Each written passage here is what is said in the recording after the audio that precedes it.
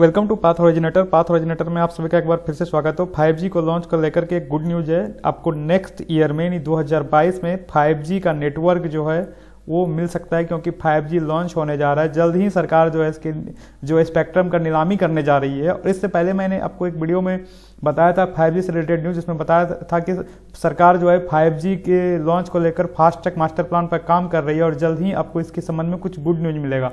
तो देखिए, अब भारत सरकार के दूरसंचार मंत्रालय ने ये घोषणा भी कर दिया है।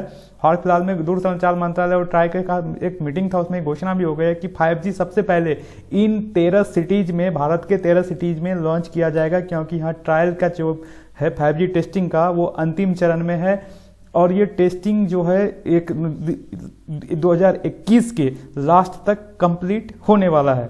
तो चलिए, इससे संबंध में क्या डिटेल न्यूज है वो हम पूरा डिटेल डिस्क्राइब करेंगे। और सबसे पहले ये भी बताएंगे आपको कि वो कौन कौन से 13 सिटीज है जहाँ की सबसे पहले 5G लॉन्च होगा।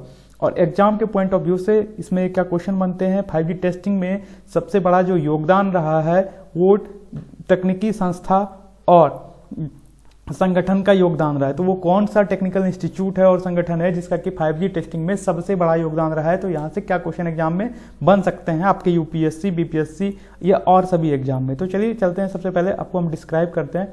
तो देखिए, और इंडिया में जो है 5G का वो 3 बैंड लॉन्च किया जाएगा, जिसमें कि आपको अब आम यूजर को, जो नॉर्मल यूजर हैं उनको कौन सा बैंड दिया जाएगा, और इंडस्ट्री में जो नेट के लिए जो 5G का यूज होगा वहाँ पे कौन सा बैंड दिया जाएगा। तो ये सारा चीज़ डिस्क्राइब करेंगे। तो मेरे चैनल को सब्सक्राइब जरूर कीजिए। तो सबसे पहले ये क्वेश्चन है कि 5G टेस्टिंग में इनमें से किस संस्था या संगठन का महत्वपूर्ण योगदान है। तो उसमें आपका ऑप्शन ये है, सबसे पहला ऑप्शन में IIT, ISC, उसके बाद समीर और CEWIT। तो ये क्वेश्चन का आंसर आप लोग कमेंट में जरूर दीजिए अगर आप जानते हैं तो, और अगर नहीं जानते हैं तो बस इस वीडियो को पूरा देखिए। इस क्वेश्चन का आंसर इसी वीडियो में आपको मिल जाएगा, क्योंकि मैं डिटेल डिस्क्राइब किया हूँ इस पर। तो चलिए, सबसे पहले हम जानते हैं कि देखिए 5G के टेस्टिंग का जो है ना में IIT कॉलेज का सबसे बड़ा योगदान रहा।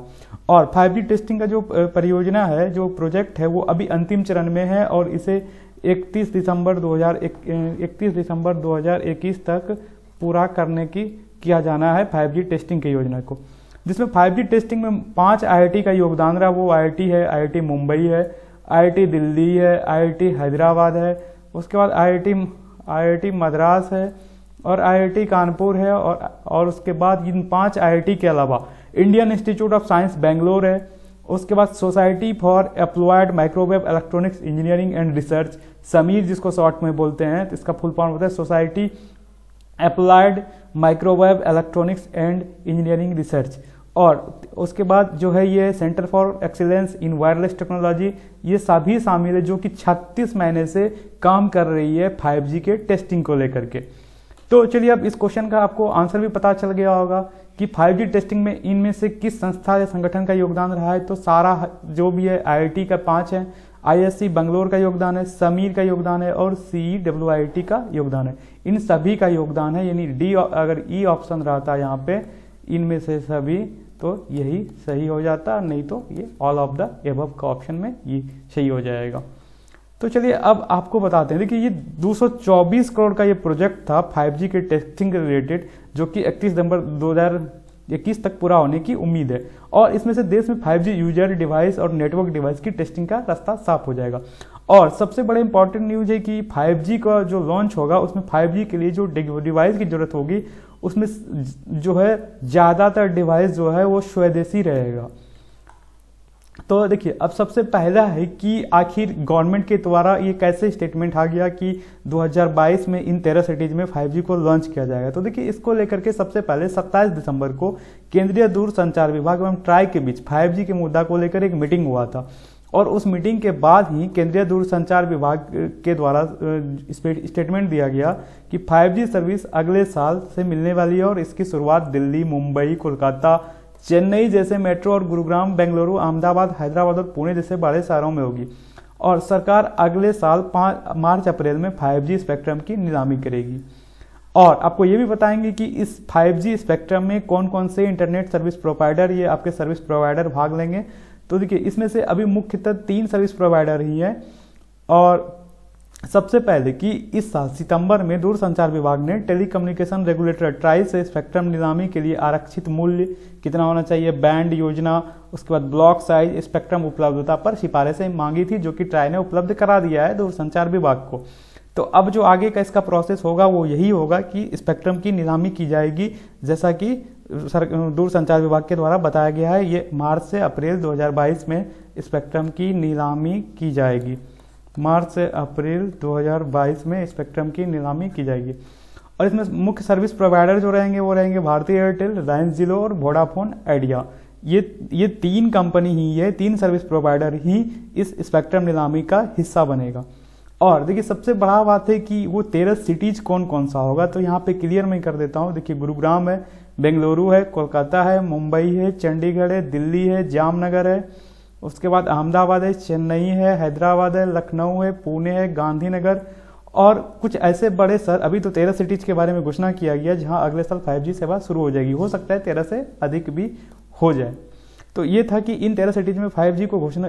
अब देखिए 5G जो इंडिया में लॉन्च होगा तो उसके लिए सबसे बड़ा जो है वो 3 बैंड में लॉन्च होगा, लो बैंड, मिड बैंड और हाई बैंड। लेकिन 5G लॉन्च करने के लिए जैसे आपका 4G का रेंज जो है वो ज़्यादा है। मतलब अगर आपके एक लोकेलिटी में, एक मोहल्ला में एक भी अगर आपके पास टावर लगा दिया जाए 4G का, तो आप उससे जो है आपको नेटवर्क मिल जाता है। यहाँ पे अगर टावर लगा दिया जाए यहाँ पे तो आपको नेटवर्क मिल जाता है। लेकिन अगर 5G लॉन्च किया जाएगा तो 5G के लिए काफ़ी पास में जो है डिवाइस लगाने पड़ेंगे, ट्रांसमीटर और रिसीविंग डिवाइस, यानी नेटवर्क के लिए टावर लगाने पड़ेंगे काफ़ी पास में, तभी आपको 5G की अच्छी कनेक्टिविटी मिल पाएगी। तो अभी जो फिलहाल गवर्नमेंट का स्कीम है उसके तहत जो है उसके लिए ज़्यादा डिवाइसेस की जरूरी पड़ेगी। और जब डिवाइसेस यहाँ पे ये भी होना चाहिए कि वो पूर्णतः स्वदेशी होना चाहिए, क्योंकि गवर्नमेंट का ये रूल है।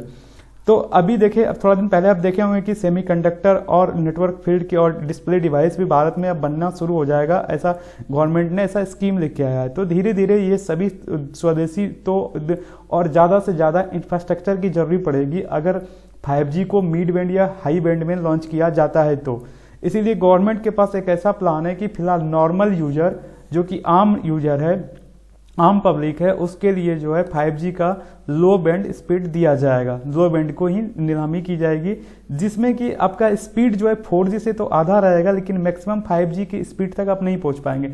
मैक्सिमम जो 5G का स्पीड है वो है 10 GB पर सेकेंड।